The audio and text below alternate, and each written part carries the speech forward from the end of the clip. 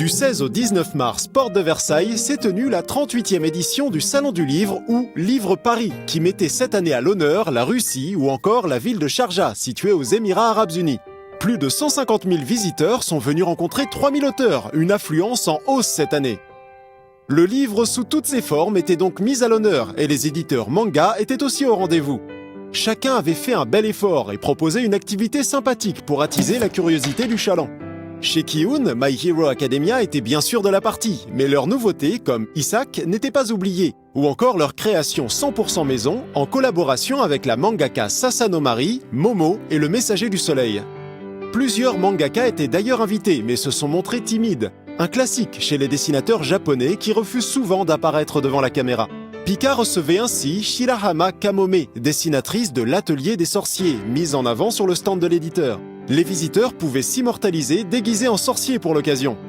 Son ami Nagabe, qui publie le très beau Enfant et le maudit chez Komiku, lui a bien voulu répondre à nos questions, dans un sujet à découvrir plus tard. L'éditeur mettait aussi en avant le titre Vatican Miracle Examiner dans une ambiance religieuse. Tandis que Kurokawa proposait une petite exposition sur l'ouvrage Traits de famille, réalisé par Thomas Romain et ses fils.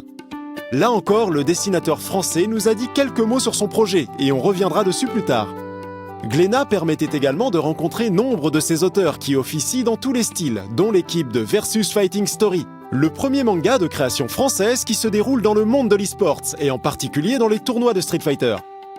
Au scénario, Izu, nom de plume de Guillaume d'Horizon, bien connu dans le monde du jeu vidéo, accompagné au dessin d'une de ses connaissances de longue date, Kalon. La volonté, elle est claire, c'est de prendre son public au sérieux et de faire un truc sans concession. C'est-à-dire, j'en ai marre de ces œuvres qui veulent te parler de jeux vidéo, mais qui cherchent à vulgariser pour le plus grand nombre. Et qui en fait ne plaisent du coup pas aux gens que le jeu vidéo intéresse pas, parce que de toute façon ça les intéresse pas de base, et qui plaisent pas non plus aux gens qui sont des vrais passionnés, parce qu'ils comprennent bien qu'on les prend pour des... Bref. Et du coup j'avais, pour cette... comprenant très bien au moment où je le fais, étant tout à fait conscient que ça a un public que ça va rebuter, mais je le fais en disant je fais pas de concessions. Donc les gens qui sont dans cette communauté, ils vont comprendre qu'on les prend au sérieux, qu'on traite le sujet comme il doit. Alors c'est une comédie le manga, hein. C'est un manga qui est fun, hein. C'est juste des blagues, c'est Aishil 21, tu vois. Mais par contre le sujet est traité sérieusement. Quand on parle de jeux de baston, c'est des vrais trucs qui existent vraiment, des vraies choses qui pourraient se passer. On est 3 sur le projet. En tout cas, on est 2 sur la partie graphique. Mad s'occupe du storyboard, donc en fait, il a un petit peu le rôle de caméra. En fait, c'est lui qui gère un petit peu la caméra. Avec Guillaume, on voit un petit peu sur le script s'il y a ce qu'on veut en mettre. On a des références photos aussi beaucoup, donc moi je lui envoie tout ça. Et il s'approprie la direction artistique. Il fait des propositions fortes. Et donc moi ça m'inspire aussi beaucoup. Et je suis voilà ces propositions en règle générale, puisqu'en fait ça marche très très bien. Ça fait depuis le début des années 2000, c'est ma passion que j'organise des tournois de jeux de combat, des compétitions, et je suis vraiment spécialisé dans ce qu'on appelle le versus fighting. Donc je dirais c'est vraiment ma passion à la base. Et en même temps j'étais scénariste, donc ma passion c'est le versus fighting et mon métier c'était scénariste de BD, de manga, etc. Et donc ça c'est vraiment la réunion de mes deux passions. Mais le fait est que dans ma passion, j'ai même travaillé il y a à peu près 6 ans pendant un moment pour Capcom, donc je connais bien Capcom.